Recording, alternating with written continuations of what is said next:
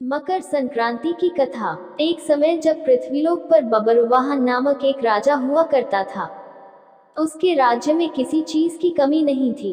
इसी राज्य में एक हरिदास नामक ब्राह्मण भी निवास करता था, जिसका विवाह गुणवती से हुआ था, जो कि बहुत ही धर्मवती एवं पतिव्रता महिला थी।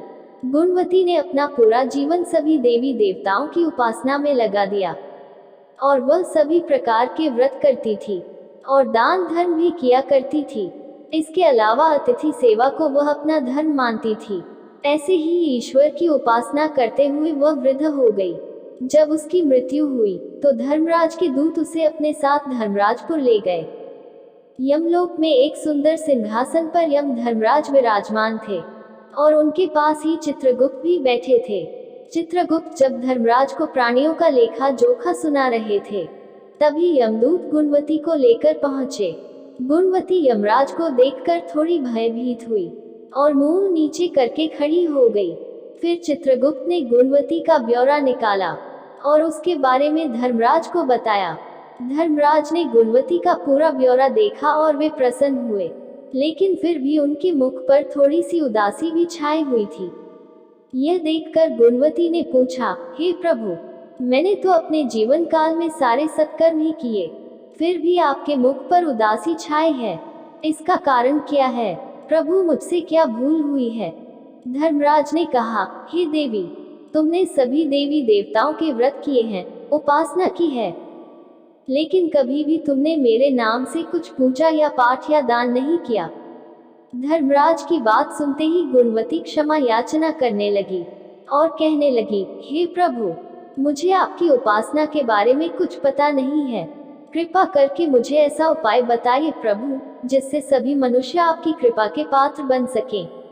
मैं आपके मुख से आपकी भक्ति का मार्ग सुनना चाहती हूँ और मेरी कामना है कि मृत्यु लोक पर वापस जाकर मैं आपकी भक्ति करूँ और सभी लोगों को इस बारे में बताऊं। धर्मराज ने बताया, जिस दिन सूर्य देव उत्तरायण में प्रवेश करते हैं, यानी मकर संक्रांति के दिन मेरी पूजा शुरू करनी चाहिए और उस दिन से लेकर पूरे एक साल तक मेरी पूजा करते हुए ये कथा सुननी चाहिए। साथ ही मेरी पूजा करने वाले व्यक्ति को धर्म के इन 10 नियमों का पालन अवश्य करना चाहिए। पहला, धीरज रखना यानी संतुष्ट रहना। दूसरा, अपने मन को वश में रखना और सभी को क्षमा करना। तीसरा, किसी प्रकार का दुष्कर्म नहीं करना। चौथा, मानसिक और शारीरिक शुद्धि का ध्यान रखना। पांचवा, अपनी इंद्रियों को वश में रखना। छठवां, बुरे विचारों को अपने मन में न लाना। सातवां, पूजा पाठ और दान पुण्य करना। आठवां, व्रत करना और व्रत की कहानी सुनना। नौवां, सच बोलना और सभी से अच्छा व सच्चा व्यवहार करना। 10वां, क्रोध न करना। धर्म के इन सभी लक्षणों का पालन करते हुए एक साल तक मेरी कथा नियम से सुने, दान पुण्य और परोपकार के काम करें और अगली मकर संक्रांति पर इस व्रत का उद्यापन करें। इसके बाद मेरी एक मूर्ति बनाकर विधि विधान से प्राण प्रतिष्ठा करवाकर हवन पूजन करें और साथ ही चित्रगुप्त की भी पूजा करें और काले तिल के लड्डू का भोग लगाएं। इसके बाद ब्राह्मण भोज करवाएं व बांस की टोकरी में 5 सेर अनाज का दान करें।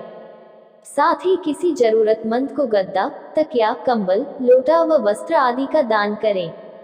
संभव हो तो गौदान करें। धर्मराज से व्रत की पूरा कथा सुनकर गुणवती ने पुनः धर्मराज से प्रार्थना की, हे प्रभु, मुझे फिर से मृत्यु लोक में जाने दीजिए, जिससे मैं आपका व्रत कर सकूं, साथ ही इस व्रत का प्रचार भी लोगों में कर सकूं। इस पर यमराज ने गुणवती को धरती लोक पर फिर से जाने दिया।